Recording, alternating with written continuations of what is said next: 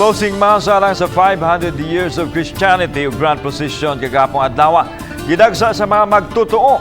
Samtang hapsay ug malinawon ra ang dakong kalihukan nga gisalmotan sa liboan kamataw. Ano yung report?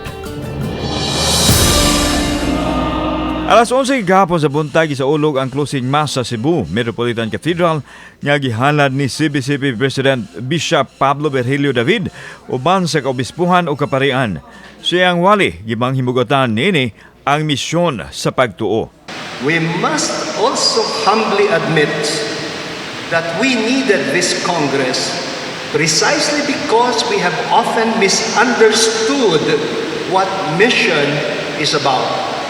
Many times in the past, we have tried to address the aspects of the celebration, namely formation, celebration, legacy. Mitambong nini ang Papal Nuncio to the Philippines, Most Reverend Charles Brown. For the gift of this year in which we've celebrated 500 years since the arrival of the gospel of Christ here in the Philippine Islands. Atol sa closing mass gipahigan usab ang mission send-off ceremonies alang sa naglain-laing misyon nga ipadala sa naglain-laing dapit sa nasod ug sa gawas. Gisabungan usab sila og cross sa Papal Nuncio. Samtang sa pagkahapon gipahigayon ang Grand Procession. Kini ang Grand Procession sa 500 years of Christianity nga itambungan sa pagduot sa mga magatutuo.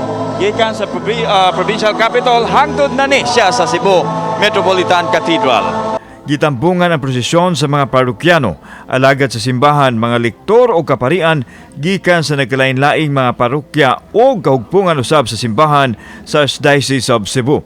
Gibanabana sa mga otoridad nga maabot sa 10 ngadto sa 15,000 ka mga tao ang misalmot sa prosesyon. Malinaw na hinoon kini nga nahuman.